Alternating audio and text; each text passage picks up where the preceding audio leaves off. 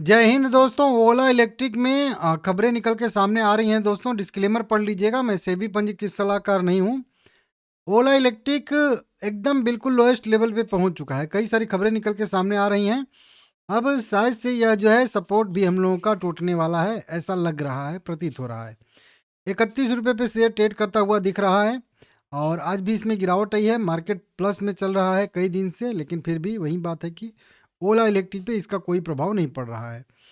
6 crore equity share trade हुए हैं। 183 करोड़ रुपए के टोटल शेयर बाय सेल हुए हैं और 42% का यहाँ पे डिलीवरी परसेंटेज देखने के लिए हम लोगों को मिल रहा है। ठीक है ना।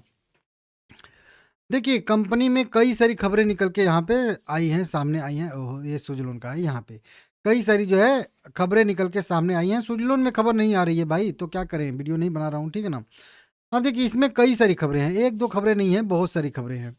सबसे पहली मतलब कंपनी यही है कि कंपनी अब अपने जो रियल इस्टेट संपत्तियां हैं ना, वो कम कर रही है। जो लीज पे ली थी या फिर मतलब कोई कैसे भी उसको जो है अब खाली कर रही है। मतलब पहले जो कंपनी ने बहुत सारा ज़मीन एक्वायर किया था या फिर भाड़े पर लिया था, जो भी कह लीजिए, और अपना प्रोडक्शन कर रही थी ना, अब उसमें से कंपनी को लग रहा है कि बिजनेस तो उतना चल नहीं रहा है, तो क्यों ना करें कि थोड़ा सा जगह ही खाली कर दीजिए, कर दें। इससे क्या होगा, इससे कंपनी का थोड़ा सा कॉस्ट कम होगा, लागत कम होगी, तो कुछ ना कुछ मतलब वही पैसा बच जाएगा भाड़ा वाला। समझ रहे हो आप लोग?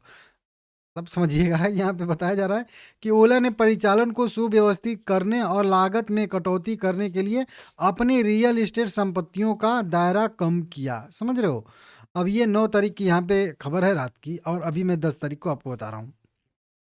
कंपनी ने कोरामंगला स्थित प्रॉपर्टीज RMZ स्टार टेक में जो है लगभग 1,12,000 वर्ग फुट से अधिक जगह खाली कर दी है, जिसमें टावर बी की 7वीं और 8वीं मंजिल पूरी तरीके से खाली करना शामिल है।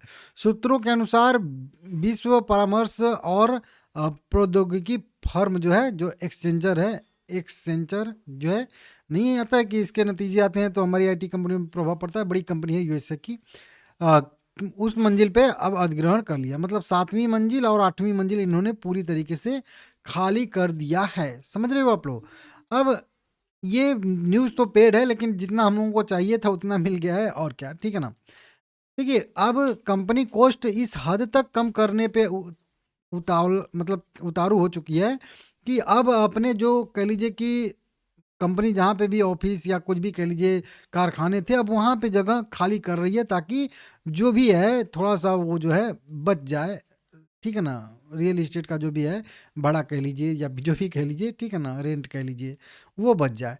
तो अब मतलब बहुत मतलब वही है ना कि अब चिंदी चोरी वाली काम हो रहा है बहुत। तो वैसे वो ये चीज़ मतलब बता रहा है कि कंपनी मतलब कितना दिक्कत में है, कितना मतलब कैश का दिक्कत है, कितना पैसे का दिक्कत है। ये अब यहाँ पे समझ में आना शुरू हो चुका है, और ये मैं आप लोगों को बताया भी था। यहाँ पे भी एक कह लीजिए कि एक म्यूचुअल फंड है। यहाँ पे जनवरी में हुए पुनर्गठन के दौरान समीर अरोड़ा समर्थित हेलियो फ्लेक्सी कैप ने ओला इलेक्ट्रिक, ICICI लोम्बार्ड और LG इलेक्ट्रॉनिक्स से अपना कारोबार समेट लिया है। मतलब इसको भी समझिए कि ये जो एक म्यूचुअल फंड कह लीजिए, सीधा सीधा है, फ्लेक्सी कैप कर का कैटेगरी का। अब इसने क्या किया है कि ओला इलेक्ट्रिक में पहले इनको भी लगा था कि बढ़िया कंपनी है तो अपना स्टेक खरीदे होंगे, लेकिन जनवरी में इस फ्लेक्सी कैप ने जब रीस्ट्रक्चरिंग किया है, मतलब रिव्यू ये लोग क्वार्टरली बेसिस पे, मंथली बेसिस पे करते हैं ना अपने म्यूचुअल फंड का, तो उसमें से जो है ये कई सारे स्टॉक से बाहर निकल गए हैं। ओला इलेक्ट्रिक से, ICICI लोम्बार्ड जनरल इंश्योरेंस से, LG इलेक्ट्रॉनिक्स से, हनीवेल से, हनीवेल ऑटोमोशन से, और ग्लैक्सो स्मिथ क्लाइड करके फार्मास्यूटिकल लिमिटेड से, ये सबसे बाहर निकल गए हैं। समझ रहे हो आप लोग? मतलब म्यूचुअल फंड का भी भरोसा अब धीरे धीरे उठ रहा है, मतलब हट रहा है इन पे। तो अपना जो है वो म्यूचुअल फंड वाले भी अपना जो है खाली करके दूसरे में जा रहे हैं। ठीक है ना। एक ये जेलियो करके कंपनी है, ये यहाँ पे एक रिपोर्ट आ रही है, हालांकि कंपनी इसी पे रिपोर्ट है कि जेलियो का शांत उदय, ओला इलेक्ट्रिक और एथर से पहले सूचीबद्ध इलेक्ट्रिक वाहन कंपनी ने कैसे लाभ कमाया। मतलब इस टाइटल का मेन यही उद्देश्य है कि ओला इलेक्ट्रिक और एथर एनर्जी अभी भी लॉस मेकिंग कंपनी है, लेकिन एक छोटी सी कंपनी जो लिस्टेड कंपनी भी है, और वो कैसे जो है प्रॉफिटेबल कंपनी बन गई है। समझ सकते हो आप लोग। इस कंपनी का जो ना है टियर 2 टियर 3 शहरों में ज़्यादा डिमांड है, और इसके जो वो आते हैं स्कूटर ना, वो 40,000 से 55,000 के रेंज में आते हैं। और ये जो ओला इलेक्ट्रिक एथर है, इनका कब कहाँ तक आता है, मतलब 80 90 100 इस तरीके से 80 90 हज़ार में आता है। तो थोड़ा सा अब ये क्या करते हैं कि ये जो है कम गति वाले इलेक्ट्रिक टू व्हीलर सेगमेंट में काम करती है। कम गति वाले का मतलब क्या है कि ये स्पोर्ट बाइक बहुत मतलब शान में वो नहीं कि नहीं मैं रोड स्टार बना दूंगा तो 1 सेकंड में इतना स्पीड पकड़ लेगा, 5 सेकंड में इतना पकड़ लेगा। तो ये वो वाला जो है नहीं कर रहे हैं। ये लोगों का जो नीड है, ज़रूरत है, उसको फिलफुल कर रहे हैं, जो जेलियो ये करके है कंपनी। ठीक है ना। अब ओला इलेक्ट्रिक की रोड स्टार क्या क्या बाइक निकाल रही है, तो क्या क्या निकाल रही है, कितना कितना, ठीक है ना।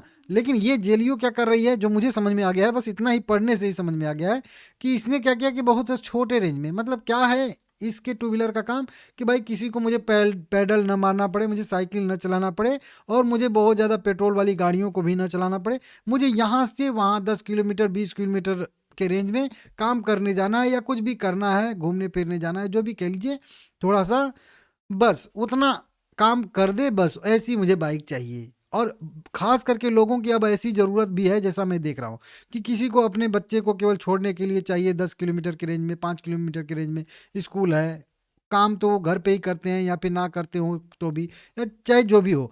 तो छोटे रेंज में आप 10 20 50 किलोमीटर के रेंज वाली छोटी सी बाइक निकालिए, अच्छी सी बाइक निकालिए, सस्ती बाइक होनी चाहिए।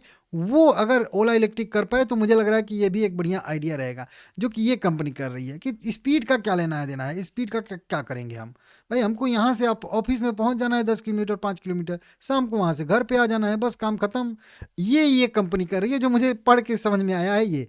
और इसी वजह से यह कंपनी प्रॉफिटेबल कंपनी है। 300 साझेदारों मतलब डीलर इनके हैं, और 25 से अधिक राज्यों में यह जो है कंपनी काम कर रही है। अगले अगले 3 वर्ष में भी इसका लक्ष्य जो है आक्रामक रूप से जो है स्थानीयकरण उत्पाद को बढ़ावा देने के लिए रहेगा। ठीक है ना।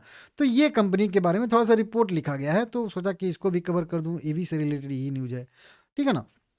बताया जा रहा है कि जनवरी में बिक्री अपडेट तो मैं आप लोगों को दे चुका हूँ, एक फिर से वही रिपोर्ट आज की आ रही है। हीरो मोटर, हीरो होंडा जैसी कंपनियों ने शानदार प्रदर्शन किया, और 2 साल में साल दर साल बेसिस पे मजबूत बिक्री दर्ज की है।